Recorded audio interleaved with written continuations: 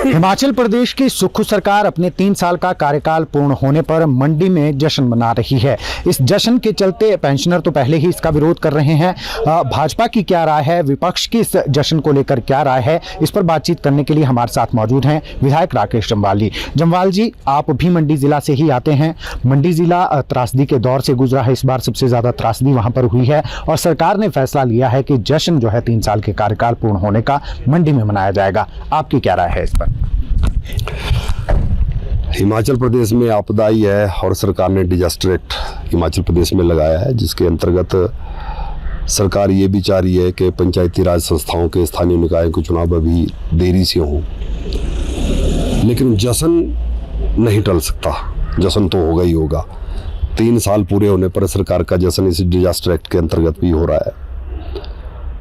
हम प्रदेश की मुखिया से, प्रदेश के मुख्यमंत्री से, सरकार के सभी नुमाइंदों से पूछना चाहते हैं कि आप किस बात का जश्न मना रहे हैं। 3 साल में आपकी ऐसी कौन सी उपलब्धि है?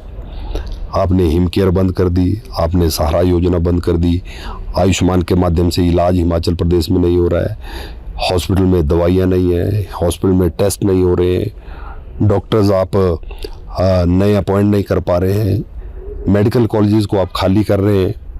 किस प्रकार का जश्न आप मनाना चाहते हैं? हिमाचल प्रदेश की सारी सड़कें बंद पड़ी हुई है।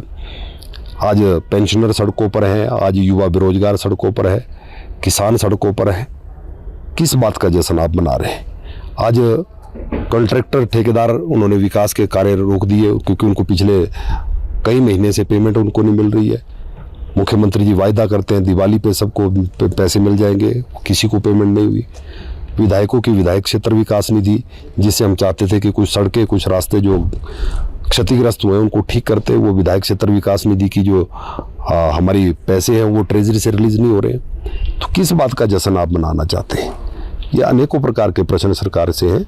सरकार जश्न मनाती अगर आपने कुछ किया होता। आपने इन 3 वर्षों में हर वर्ग को ठगने का प्रयास किया है। चुनावों में 10 गारंटियां देकर आप सत्ता में तो आ गए, लेकिन उन गारंटियों का आज ध्यान नहीं है। सरकार मस्त है और जश्न मनाया जा रहा है और अपने मित्रों को मोबिलाइज करने के लिए वर्तमान की सरकार काम कर रही है। वित्तीय स्थिति का हवाला जब देते हैं मुख्यमंत्री, कहते हैं कि पूर्व की सरकार ने वित्तीय स्थिति इतनी खराब कर दी हिमाचल प्रदेश की कि कर्ज चुकाने के लिए भी कर्ज लेना पड़ रहा है। जो केंद्र से मदद मिली पूर्व सरकार को, उसका दुरुपयोग हुआ, उसका सही यूटिलाइजेशन नहीं हुआ, जिसकी वजह से प्रदेश की आज ये स्थिति है।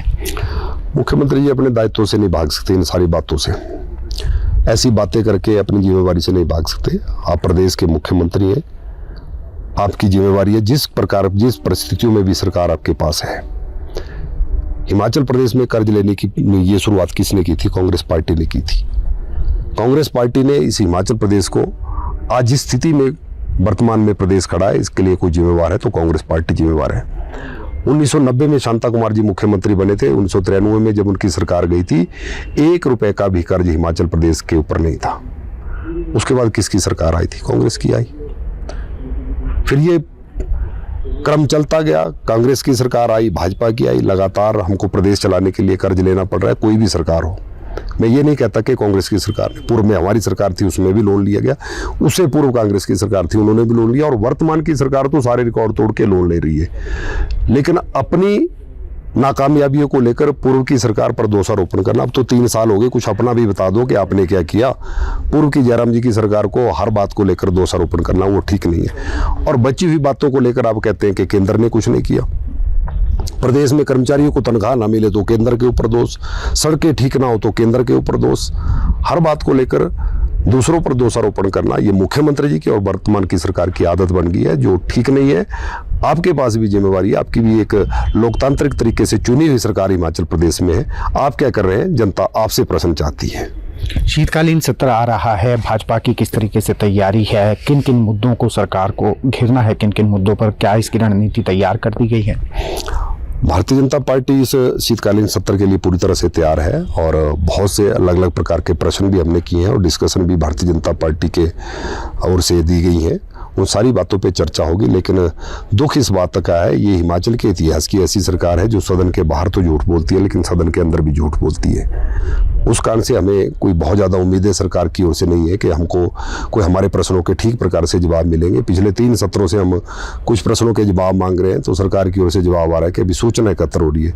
जिस सरकार से सूचना एकत्र 3 सत्रों में नहीं हो पाए, 1 साल में नहीं हो पाएगी, वो सरकार हिमाचल का विकास क्या करेगी, अपने आप में एक बहुत बड़ा प्रश्न है। मुख्यमंत्री सार्वजनिक मंचों से कहते हैं, पब्लिक मीटिंग्स में कहते हैं कि भाजपा 5 गुटों में बटी हुई है, भाजपा में अलग अलग गुट हैं, कुर्सी के वर्चस्व की लड़ाई भाजपा में चल रही है, क्या कहना चाहेंगे? मुख्यमंत्री जी भारतीय जनता पार्टी की चिंता छोड़ के कांग्रेस की चिंता करें। 1 साल से इनका प्रदेश का संगठन नहीं बन रहा है, प्रदेश का अध्यक्ष नहीं बन रहा है। कभी मुख्यमंत्री जी को दिल्ली बुलाया जाता है, कभी प्रतिभा सिंह जी को बुलाया जाता है, कभी मंत्री को बुलाया जाता है, कभी इनके स्टेट प्रेसिडेंट के कैंडिडेट को बुलाकर इंटरव्यू से वो निर्णय नहीं हो रहा है। भारतीय जनता पार्टी की चिंता मत करें। भारतीय जनता पार्टी एकजुट है और 2027 के विधानसभा चुनावों में क्लीन स्वीप करके हिमाचल में भारतीय जनता पार्टी की सरकार बनेगी। कांग्रेस की स्थिति तो आपने बिहार में देख ली कि एक बोलेरो जीप में भी 7 सवारियां होती हैं तो 6 ही सीटें इनकी बिहार में आई है। तो आज कांग्रेस जो है वो पूरे देश से लुप्त हो रही है। बिहार जैसे प्रांत में इनकी मात्र 6 सीटें रहेगी, 6 एमएलए रह गए। तो ये इस बात का प्रमाण है कि कांग्रेस और मुख्यमंत्री जी भारतीय जनता पार्टी के गुटों की चिंता करने की बजाय कांग्रेस के गुटों की और कांग्रेस की चिंता करें। पंचायती राज चुनावों को एक अधिसूचना जारी होती है कि डिजास्टर एक्ट प्रदेश में लगा है, इसलिए पंचायती राज चुनाव तब होंगे जब प्रदेश में स्थितियां संभलेंगी। आप लगातार आरोप लगा रहे हैं कि बचना चाह रही है कांग्रेस पार्टी इन चुनावों से, पंचायती राज चुनावों से, आपको ऐसा क्यों लगता है? जैसा मैंने कहा कि जश्न मनाने के लिए तो कोई दिक्कत नहीं है, उसके लिए आपने जैसा मैंने कहा कि डिजास्टर एक्ट लगा हुआ है, उसके लिए कोई दिक्कत नहीं है। सरकार ने निर्णय ले लिया कि हम पंचायतों का डिलिमिटेशन करेंगे। पिछले कल चुनाव आयोग ने कह दिया कि अब कहीं पर भी डिलिमिटेशन नहीं होगी, कहीं पर भी सीमाएं जो है पंचायतों की तोड़ी या जोड़ी नहीं जाएंगी। तो ये इस बात का भी प्रमाण है कि चुनाव आयोग कुछ और चाहता है लेकिन सरकार की मंशा कुछ और है। सरकार बहाना बना रही है कि हिमाचल प्रदेश में पंचायती राज संस्थाओं के स्थानीय निकायों के चुनाव नहीं होते, सड़कें बंद हैं, बुरा हाल है, डिजास्टर है, लेकिन जश्न जरूर मनाया जा सकता है। सरकार चुनावों से इसलिए भाग रही है, जिस प्रकार से बिहार में भी इनका सुफड़ा साफ हुआ है, हिमाचल प्रदेश में भी स्थानीय निकायों में, पंचायती राज संस्थाओं में कांग्रेस की स्थिति बहुत बुरी होने वाली है, दुर्दशा इनकी होने वाली है। इसलिए चाहते हैं कि ये चुनाव ना हो, इस चुनावों से ये बचना चाहते हैं। बहुत बहुत शुक्रिया, धन्यवाद। तो ये थे हमारे साथ विधायक राकेश जम्वाल जी, जिन्होंने कहा कि जश्न के लिए तो कोई डिजास्टर एक्ट नहीं है, लेकिन पंचायती राज चुनावों की जब बात आती है तो प्रदेश में डिजास्टर एक्ट लगा हुआ है।